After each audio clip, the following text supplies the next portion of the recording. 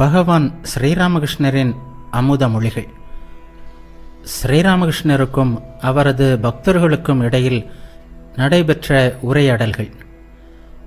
மகேந்திரநாத் குப்தர் பஞ்சவடிக்கு அருகில் சிறிது உலவிவிட்டு குருதேவர் வழக்கமாக குளிக்கும் படித்துறையில் குளித்தார்.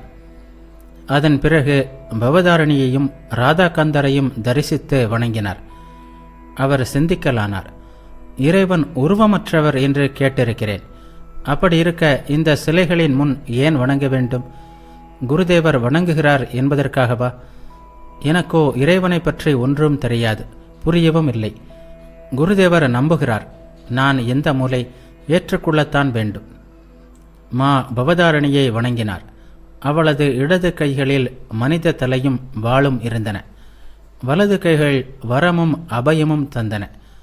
ஒரு பக்கம் பயங்கரி, மறுபக்கம் தாயாக பக்தர்களை நேசிக்கும் கருணை வடிவினள். இரண்டு பாவனைகளின் சங்கமம். பக்தர்களுக்கு, எளியவர்களுக்கு, யாரமற்றவர்களுக்கு அவள் கருணை வடிவினளாக, அன்பு வடிவினளாக இருக்கிறாள். அதே சமயம் பயங்கரியாக, காலனின் மனைவியாக அவள் இருக்கிறாள் என்பதும் உண்மை. ஒரே உருவில் இரண்டு பாவனைகள் ஏன்? அது அவளுக்குத்தான் தெரியும். குருதேவரின் இந்த விளக்கத்தை மா நினைத்து கொண்டார்.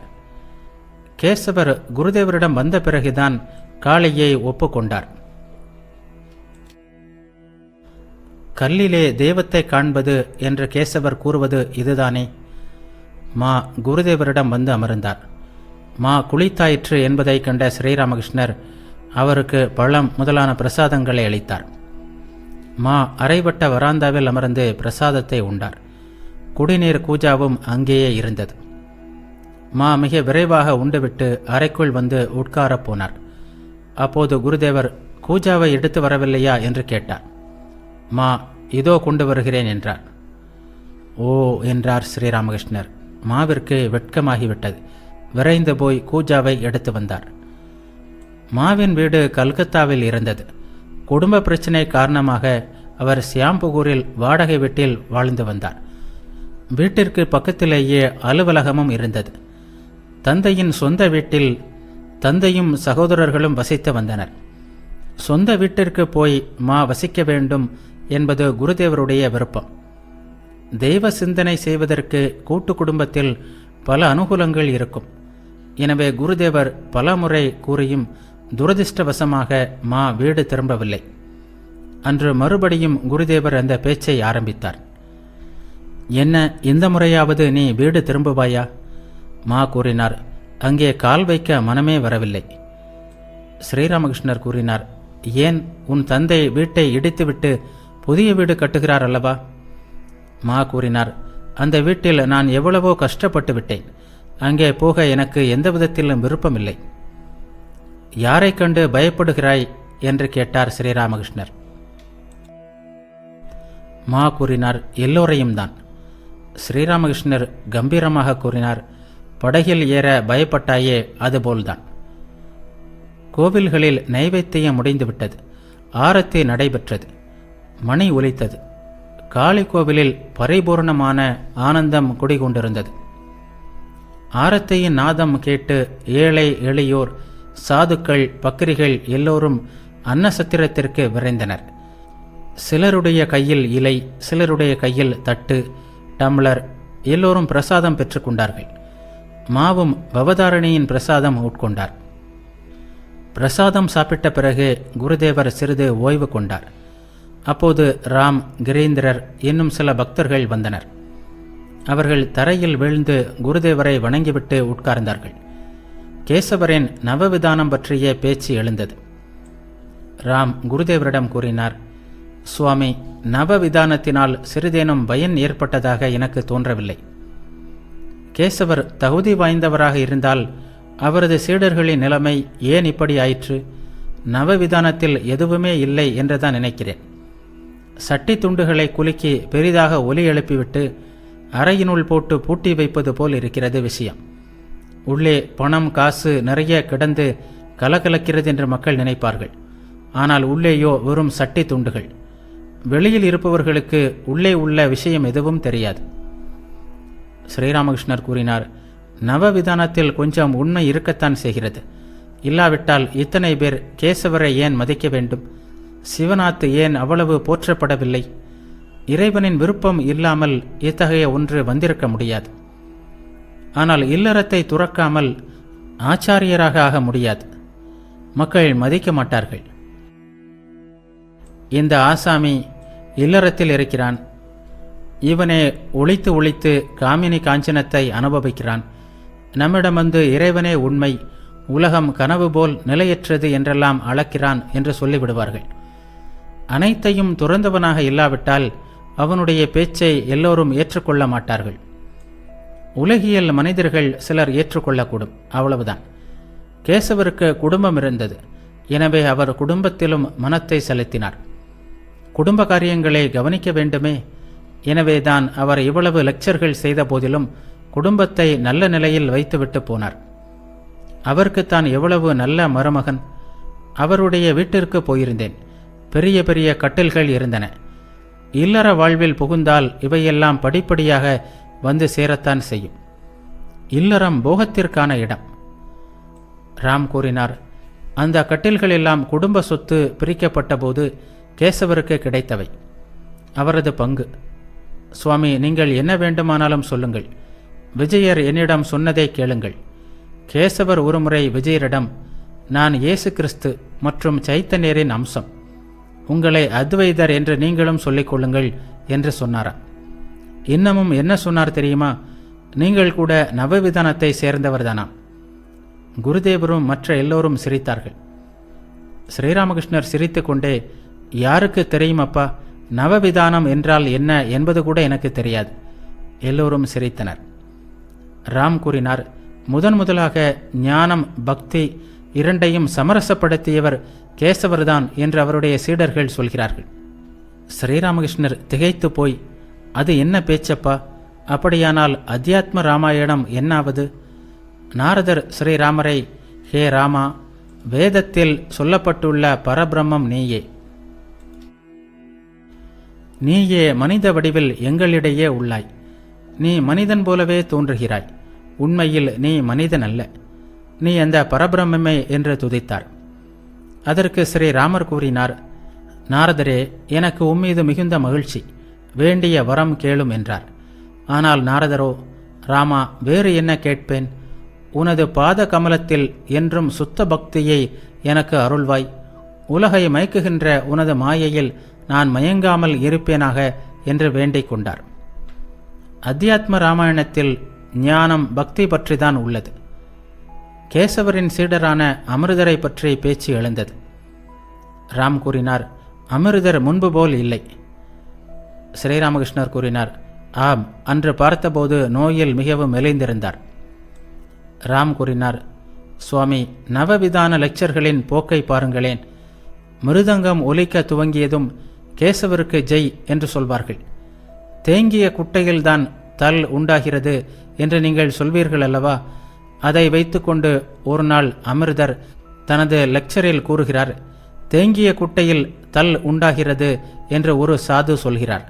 ஆனால் சகோதரர்களே, ஒரு கூட்டம், ஒரு சங்கம் வேண்டும், கண்டிப்பாக வேண்டும். உண்மையாக சொல்கிறேன், நிச்சயமாக நமக்கு ஒரு சங்கம் வேண்டும் என்றார். எல்லோரும் சிரித்தார்கள். ஸ்ரீராமகிருஷ்ணர் கூறினார், இது என்ன?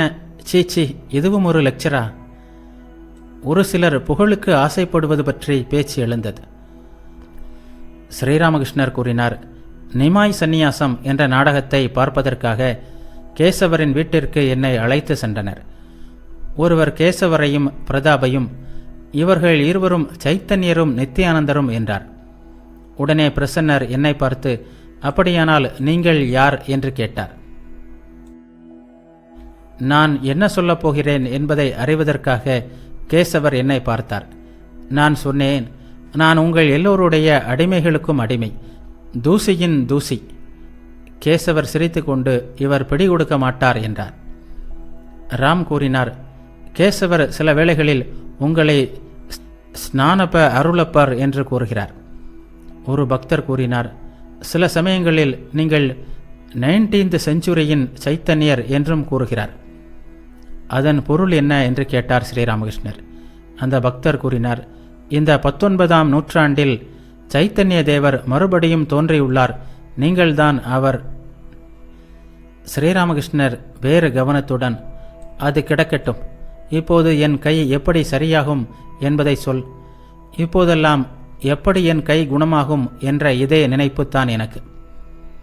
திரைலோக்கியரின் பாட்டு பற்றிய பேச்சு வந்தது. திரைலோக்கியர் கேசவரின் பிரம்ம சமாஜத்தில் பாடுபவர். ஸ்ரீராமகிருஷ்ணர் கூறினார், ஆகா, திரைலோக்கியர் எவ்வளவு அருமையாக பாடுகிறார். ராம் கூறினார், எல்லா பாடல்களும் ஆத்மார்த்தமானவைதானா? ஸ்ரீராமகிருஷ்ணர் கூறினார், ஆம், ஆத்மார்த்தமானவைதான். இல்லாவிட்டால் அவை எப்படி மனத்தை ஈர்க்கின்றன? ராம் கூறினார், எல்லாம் உங்கள் கருத்துக்களை எடுத்து எழுதப்பட்டவை. வழிபாட்டு வேளையில் கேசவர் அவற்றை விளக்குகிறார். திரைலோக்கியர் பாட்டாக பாடுகிறார். இந்த பாட்டையே பாருங்களேன். பிரேமை சந்தையிலே ஆனந்த திருவிழா, பக்தர்கள் கூட்டத்தில் ஆனந்த மேடையில் என்ன ஒரு விளையாட்டு விளையாடுகிறார் ஹரி.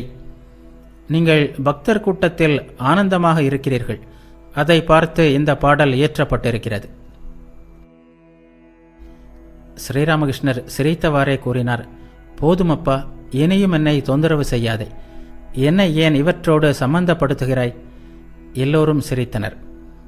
கிரீந்திரர் கூறினார், பரமஹம்ச தேவருக்கு ஃபேக்கல்டி ஆஃப் ஆர்கனைசேஷன் இல்லை என்ற பிரம்ம சமாஜத்தினர் சொல்கிறார்கள். அப்படியென்றால் என்ன என்று ஸ்ரீராமகிருஷ்ணர் கேட்டார். மா கூறினார், உங்களால் சங்கத்தை நடத்த முடியாது. அதற்கேற்ற அறிவு கூர்மை உங்களிடம் இல்லை என்கின்றனர். எல்லோரும் சிரித்தார்கள். ஸ்ரீராமகிருஷ்ணர் ராமிடம் கூறினார், போகட்டும், என் கை ஏன் பிசகியது என்பதை சொல். எழுந்து நின்று இது பற்றி ஒரு லெக்சர் செய் பார்க்கலாம். எல்லோரும் சிரித்தனர். இறைவன் அருவமானவர், அருவமானவர் என்ற பிரம்ம சமாஜத்தினர் சொல்கின்றனர். அப்படியே இருக்கட்டும். மனப்பூர்வமாக அவரை அழைத்தால் போதும். அவர் நம்முள் உறைபவர். நாம் மனப்பூர்வமாக அழைத்தால் நமது சொந்த வடிவம் என்ன என்பதை அவர் நமக்கு உணர்த்துவார். நான் புரிந்து கொண்டதுதான் சரி, மற்றவர்கள் சொல்வது தவறு என்ற போக்கு சரியல்ல. நான் ஆண்டவனை உருவமற்றவர் என்கிறேன். அதனால் அவர் உருவமற்றவர், உருவம் உடையவர் அல்ல என்றோ, இறைவன் உருவம் உள்ளவர் என்று சொல்கிறேன். ஆகையால் அவர் உருவம் உள்ளவர், உருவமற்றவர் அல்ல என்றோ கூறுவது நல்லதல்ல. அவர் இப்படிப்பட்டவர்தான் என்று யாராவது சொல்ல முடியுமா என்ன?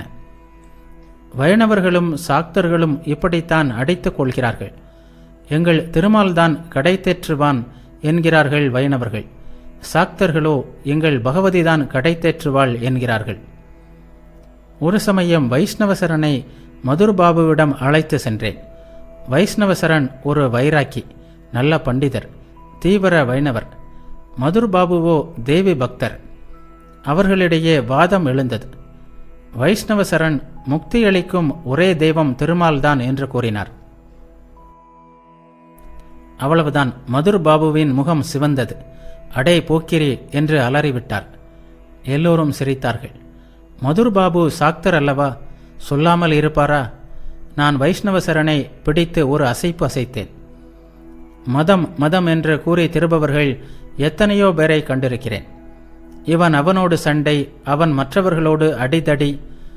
இந்து, முஸ்லிம், பிரம்ம சமாஜத்தினர், சாக்தர், வைணவர், சைவர் என்று எல்லோரும் ஒருவருக்கொருவர் முட்டிக்கொள்கின்றனர். யாரை கிருஷ்ணன் என்று கூறுகிறோமோ அவரே சிவன், அவரே ஆதிசக்தி, அவரே இயேசு, அவரே அல்லாஹ் என்ற அறிவு இல்லை. ராமர் ஒருவரே, அவருக்கு பெயர் 1000, பொருள் ஒன்று. பெயர்கள் வெவ்வேறு. எல்லோரும் தேடுவது ஒரே பொருளைத்தான். ஆனால் இடம் வேறு, நிலை வேறு, பெயர் வேறு. ஒரு குளத்திற்கு பல படித்துறைகள் இருக்கின்றன. இந்துக்கள் ஒரு படித்துறையிலிருந்து குடத்தில் தண்ணீர் எடுக்கின்றனர். அதை ஜலம் என்கின்றனர். முஸ்லிம்கள் வேறொரு துறையில் தோல்பையில் தண்ணீர் எடுக்கிறார்கள், பானி என்கின்றார்கள். கிறிஸ்தவர்கள் இன்னொரு துறையில் தண்ணீர் எடுக்கின்றனர், வாட்டர் என்கிறார்கள். எல்லோரும் சிரித்தனர். இது ஜலமல்ல பானி என்றோ, பானி அல்ல வாட்டர் என்றோ, வாட்டர் அல்ல ஜலம் என்றோ யாராவது சண்டையிட்டால் அது கேலிக்குரிய விஷயமாகிறது. ஆனால் அதை வைத்துத்தான் இந்த கொள்கைகளும் கோஷங்களும் கருத்து வேற்றுமைகளும் சண்டை சச்சரவுகளும் எல்லாம். மதத்தின் பெயரால் அடிதடி வெட்டுக்குத்து எல்லாம் நல்லதல்ல. எல்லோருமே ஆண்டவனுடைய பாதையில்தான் செல்கின்றனர். மனப்பூர்வமாக ஈடுபட்டு இருந்தால், மன இயக்கம் இருந்தால் எல்லோரும் அவரை அடையலாம். மாவிடம் கூறினார், நீ இதை நன்றாக கேட்டுக்கொள். வேதம், புராணம், தந்திரம் என்ற எல்லா சாஸ்திரங்களும் அந்த ஆண்டவனையே, அந்த ஒரே சச்சிதானந்தத்தையே தேடுகின்றன, வேறு யாரையும் அல்ல. வேதம் சச்சிதானந்த பிரம்மம் என்று யாரை சொல்கிறதோ அவரையே தந்திரம் சச்சிதானந்த சிவம் என்கிறது. புராணம் சச்சிதானந்த கிருஷ்ணன் என்று சொல்கிறது. ராம் வீட்டில் அவ்வப்போது தாமே சமைத்து சாப்பிடுவதாக குருதேவர் கேள்விப்பட்டிருந்தார். ஸ்ரீராமகிருஷ்ணர் மாவிடம் கூறினார், நீயும் தானே சமைத்துதான் சாப்பிடுகிறாயா? மா கூறினார், இல்லை சுவாமி. ஸ்ரீராமகிருஷ்ணர் கூறினார், சமைத்து பாரேன். சிறிது பசு நெய் சேர்த்து சாப்பிடு, அதனால் உடலும் உள்ளமும் சுத்தமாகும். ராமின் வீட்டு விஷயங்கள் பலவும் பேசப்பட்டது. ராமின் தந்தை சிறந்த வைணவர்.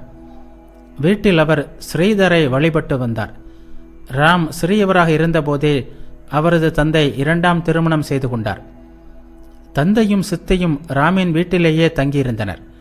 ஆனால் சித்தியுடன் ராமின் வாழ்க்கை சுகமாக இல்லை. சித்திக்கு வயது 40 இருக்கும். சித்தியின் காரணமாக ராம் அவ்வப்போது தந்தையிடம் கோபம் கொள்வதுண்டு. அந்த விஷயங்கள் எல்லாம் அன்று பேசப்பட்டன. ராம் கூறினார், என் தந்தை கெட்டுத்தான் போய்விட்டார். ஸ்ரீராமகிருஷ்ணர் பக்தர்களிடம், கேட்டீர்களா, தகப்பனார் கெட்டு போய்விட்டார், இவர் சரியாக இருக்கிறாரா? ராம் கூறினார், அவள் வீட்டிற்கு வந்தாலே அமைதி குலைந்து போகிறது. ஏதாவது ஒரு குழப்பம் இருக்கும். எங்கள் குடும்பம் பிளவுபட்டு விடும்போல் உள்ளது. ஆகவே அவள் தன் தந்தையின் வீட்டிற்கு சென்று வசிக்கட்டும் என்று நான் சொல்கிறேன். கிரீந்திரர் ராமிடம் கூறினார், உன் மனைவியையும் அதேபோல் அவளுடைய தந்தையின் வீட்டிற்கு அனுப்பிவிடுவதுதானே? எல்லோரும் சிரித்தார்கள். ஸ்ரீராமகிருஷ்ணர் சிரித்துக்கொண்டு, பானை ஒருபுறம் மூடி ஒருபுறம் என்று வைக்க கணவனும் மனைவியும் சட்டி பானையா என்ன? சிவன் ஓர் இடத்திலும் சக்தி வேறோர் இடத்திலுமா? ராம் கூறினார், சுவாமி, நாங்கள் இன்பமாகவே இருக்கிறோம். அவள் வந்தால் குடும்பம் பிளவுபடுகிறது. இந்த நிலையில் ஸ்ரீராமகிருஷ்ணர் கூறினார், சரி, அப்படியானால் தனி வீடு ஒன்றை ஏற்பாடு செய்து கொடு. அது ஒரு வழி. மாதம் செலவிற்கு பணம் கொடுத்துவிடு. தாய் தந்தையர் பெரிய குரு அல்லவா? தந்தை சாப்பிட்ட இலையில் சாப்பிடலாமா என்று ராக்கால் என்னை கேட்டான். அதற்கு நான், ஏன் அப்படி கேட்கிறாய்? உன் தந்தையின் இலையிலிருந்து சாப்பிடக்கூடாத அளவுக்கு என்ன நேர்ந்து விட்டது என்று கேட்டேன். ஆனால் நல்லவர்கள் தங்கள் எச்சில் உணவை யாருக்கும் கொடுக்க மாட்டார்கள், ஏன் நாய்க்கு கூட போட மாட்டார்கள் என்றும் சொல்லப்படுகிறது. கிரீந்திரர் கூறினார், சுவாமி, தாய் தந்தையர் மிகப்பெரிய அபராதம் செய்துவிட்டால், பயங்கரமான பாவத்தை செய்துவிட்டால் என்ன செய்வது? ஸ்ரீராமகிருஷ்ணர் கூறினார், இருக்கட்டுமே, தாய் விபச்சாரியாக இருந்தாலும் அவளை துறக்கக்கூடாது. ஒரு கணவனுடைய குருவின் மனைவி நடத்தை கெட்டவள் ஆனாள். உடனே அந்த குடும்பத்தினர், இனி இந்த குருவின் மகனை குருவாக ஏற்றுக்கொள்கிறோம் என்றார்கள். நான் அவர்களிடம், அது எப்படி? சேனை கிழங்கை தள்ளிவிட்டு அதன் முளையை ஏற்பதா? அவள் நெறி கெட்டுவிட்டால் அதனால் என்ன? நீங்கள் அவளை உங்கள் இஷ்ட தெய்வமாக எண்ணுங்கள் என்றேன். கள்ளுக்கடைக்கு போய் வந்தாலும் அவர் என் குரு நித்தியானந்தரே. தாய் தந்தையர் என்ன சாதாரணமானவர்களா? அவர்கள் மனம் மகிழாமல் ஆன்மீகம் எதுவும் கைகூடாது. சைத்தன்ய தேவர் பிரேமை பித்து நிலையில் இருந்தார். ஆனாலும் சந்நியாசம் ஏற்பதற்காக தாயாருக்கு எவ்வளவு புரிய வைத்தார். அம்மா, நான் இடையிடையே வந்து உன்னை பார்த்து செல்வேன் என்றெல்லாம் தாயிடம் எவ்வளவோ கூறினார். கண்டிப்பான குரலில் மாவிடம் கூறினார், உனக்கு இன்னும் ஒன்று சொல்கிறேன். உனது தந்தையும் தாயும் உன்னை ஆளாக்கியிருக்கிறார்கள். இப்போது உனக்கு பிள்ளைக்குட்டிகள் எல்லாம் ஆகிவிட்டன. இந்த நிலையில் மனைவியையும் கூட்டிக் கொண்டு வெளியே வந்துவிட்டாய். தாய் தந்தையரை ஏமாற்றிவிட்டு மனைவி மக்களை கூட்டிக் கொண்டு அம்மனும் சாமியுமாக பவனி வருவதாக நினைப்பு. உன் தந்தைக்கு பண பிரச்சனை இல்லை. இல்லாவிட்டால் உன்னை நன்றாக திட்டியிருப்பேன். அனைவரும் அதிர்ந்து போய் மௌனமாக இருந்தனர். நமக்கு எவ்வளவோ கடன்கள் உள்ளன. தேவர்களுக்கு, ரிஷிகளுக்கு, தாய்க்கு, தந்தைக்கு, மனைவிக்கு என்ற இவர்களுக்கெல்லாம் நாம் கடன்பட்டு இருக்கிறோம். தாய் தந்தையருக்கான கடனை தீர்க்காமல் எந்த காரியமும் கைகூடாது. மனைவிக்கான கடனும் உள்ளது. ஹரிஷ் மனைவியை விட்டுவிட்டு இங்கு வந்து தங்கியிருக்கிறான். மனைவியின் சாப்பாட்டிற்கு வழி உள்ளது. இல்லாவிட்டால் அவனை தெருப்பொறுக்கி என்றுதான் திட்டியிருப்பேன். ஞானம் பெற்ற பின் அதே மனைவியை சாட்சாத் பராசக்தியாக காண்பாய். யா தேவி சர்வபூதேஷு மாத்ரு ரூபேண சம்ஸ்திதா என்று சண்டியில் கூறப்பட்டுள்ளது. அவளே நமது தாயாக இருக்கிறாள். காணும் பெண்களெல்லாம் தேவியே. அதனால்தான் பிருந்தையை கூட என்னால் கடிந்து கொள்ள முடிவதில்லை. சிலர் ஸ்லோகங்களை அள்ளி விடுவார்கள், பெரிய பெரிய விஷயங்களை அளப்பார்கள். ஆனால் நடந்து கொள்வதோ வேறு வகையில். ராமபிரசன்னன் இந்த ஹடயுகிக்கு அபிநயும் பாலும் ஏற்பாடு செய்வதற்காக அலைந்து திரிகிறான். சாது சேவை செய்ய வேண்டுமென்று மனுநீதியில் உள்ளது என்று சொல்கிறான்.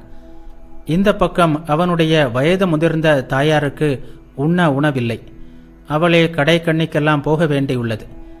இதையெல்லாம் பார்க்கும்போது என்ன கோபம் வருகிறது தெரியுமா? ஆனால் ஒன்று, பிரேமை பித்து பிடித்துவிட்டால் அப்போது தந்தை யார், தாய் யார், மனைவி யார்? இறைவனிடம் கொண்ட அளவற்ற அன்பின் காரணமாக அவன் பைத்தியம் போல் ஆகிவிடுகிறான். அவனுக்கு எந்த கடமையும் இல்லை. அவன் எல்லா கடன்களிலிருந்தும் விடுபடுகிறான். பிரேமை பித்து எப்படிப்பட்டது தெரியுமா? அந்த நிலை ஏற்பட்டால் உலகமே மறந்து போய்விடும். பிரியத்திற்குரிய இந்த உடலையும் மறந்து விடுகிறோம். சைத்தன்ய தேவருக்கு இந்த நிலை ஏற்பட்டிருந்தது. கடல் என்ற உணர்வு இல்லாமல் அதில் குதித்தார். மணலில் மீண்டும் மீண்டும் விழுந்து புரண்டார். பசி இல்லை, தாகமில்லை, உறக்கமில்லை, உடல் என்ற உணர்வு கூட இல்லை. ஹா சைத்தன்யா என்று கூறியபடியே எழுந்தார் ஸ்ரீராமகிருஷ்ணர். பிறகு பக்தர்களை பார்த்து, சைத்தன்யம் என்றால் அகண்ட சைத்தன்யம் அல்லவா? அந்த அகண்ட சைத்தன்யத்தில் சைத்தன்ய தேவர் ஒரு குமிழிதான் என்று வைஷ்ணவ சரண் சொல்வார். மூத்த கோபாலிடம் கூறினார், தீர்த்த யாத்திரை போகும் விருப்பம் இப்போது உள்ளதா? மூத்த கோபால் கூறினார், ஆம் சுவாமி, கொஞ்சம் சுற்றி வரலாம் என்று இருக்கிறேன். ராம் மூத்த கோபாலிடம் கூறினார், முதலில் பகூதகர், பின்னர் குடீசகர் என்று இவர் சொல்வார். எந்த சாது பல புண்ணிய தலங்களுக்கு செல்கிறாரோ அவர் பகூதகர். யாருக்கு சுற்றி சஞ்சரிக்கும் ஆசை தீர்ந்துவிட்டதோ, ஒரே இடத்தில் இருக்கிறாரோ அவர் குடீசகர். இது பற்றி இவர் கதை ஒன்று சொல்வார். பறவையொன்று கப்பலின் பாய்மரத்தின் மீது உட்கார்ந்திருந்தது. கப்பல் கங்கையை கடந்து கடலை அடைந்துவிட்டதை அது உணரவில்லை. அந்த உணர்வு வந்ததும் கரையை எப்படியாவது அடைய வேண்டுமென்று அந்த பறவை வடக்கு நோக்கி பறந்தது. கரையை காணவில்லை. திரும்பி வந்தது. சிறிது ஓய்வு கொண்ட பிறகு தெற்கில் பறந்தது. அங்கேயும் கரையை எட்ட முடியவில்லை. களைத்து போய் கப்பலுக்கு வந்தது. கொஞ்சம் தங்கிவிட்டு கிழக்கிலும் பிறகு மேற்கிலும் பறந்தது. எந்த திசையிலும் கரையோ தரையோ தென்படவில்லை. கடைசியில் பாய்மரத்தின் மீதே அமைதியாக அமர்ந்தது.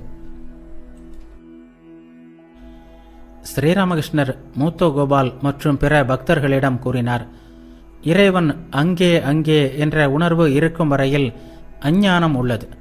இங்கே இங்கே என்ற உணர்வு வந்தால் ஞானம் வந்துவிட்டது. ஒருவனுக்கு புகைப்பிடிக்கும் ஆவல் வந்தது. நெருப்பிற்காக பக்கத்து வீட்டிற்கு போனான். இரவு வெகு நேரம் ஆகிவிட்டது. அவர்கள் தூங்கிவிட்டார்கள். நீண்ட நேரம் கூவி அழைத்த பிறகு ஒருவன் வந்து கதவை திறந்தான். என்ன விஷயம்? எதற்காக நள்ளிரவில் வந்து கதவை தட்டினீர்கள் என்று கேட்டான். இதற்கு அவன், புரியவில்லையா? நான் புகைப்பிடிக்கும் பழக்கம் உள்ளவன் என்பது உனக்கு தெரிந்ததுதானே? நெருப்பிற்காகத்தான் வந்தேன் என்று கூறினான்.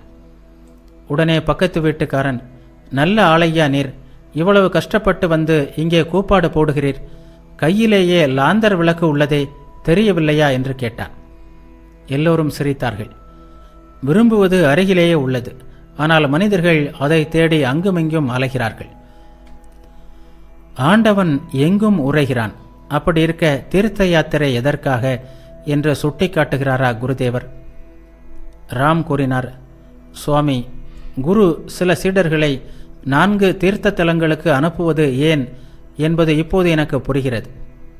ஒருமுறை சுற்றி பார்த்தால்தான் இங்கு இருப்பதுதான் அங்கும் இருப்பதைக் கண்டு அவர்கள் குருவிடமே திரும்பி வருவார்கள்.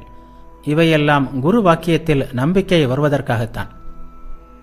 பேச்சு சிறிது ஓய்ந்த பின் குருதேவர் ராமின் நற்குணங்களை கூறலானார். ஸ்ரீராமகிருஷ்ணர் பக்தர்களிடம் கூறினார், ஆகா, ராமிடம்தான் எத்தகைய நற்குணங்கள்! எவ்வளவோ பக்த சேவை செய்கிறார், காப்பாற்றுகிறார். ராமிடம், அதருக்கு நீ மிகவும் ஆதரவாக இருக்கிறாயாமே, அதரே சொன்னார். அதரின் வீடு சோபா பஜாரில் இருந்தது. அவர் குருதேவரின் பரம பக்தர். அவருடைய வீட்டில் சண்டி பாராயணம் நடைபெற்றது. குருதேவரும் பக்தர்கள் பலரும் அங்கு வந்திருந்தனர். ஆனால் ராமை அழைக்க அதர் மறந்துவிட்டார்.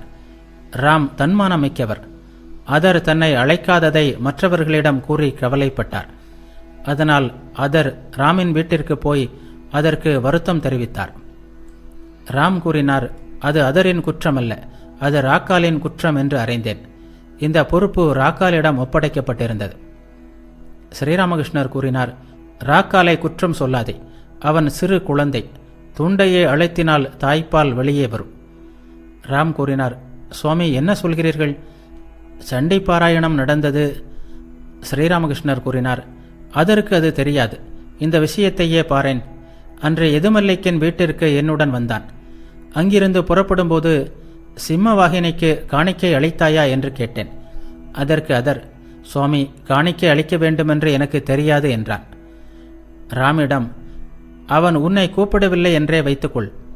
ஹரிநாம சங்கீர்த்தனத்தில் கலந்து கொள்வதில் வரட்டு கௌரவம் எதற்கு?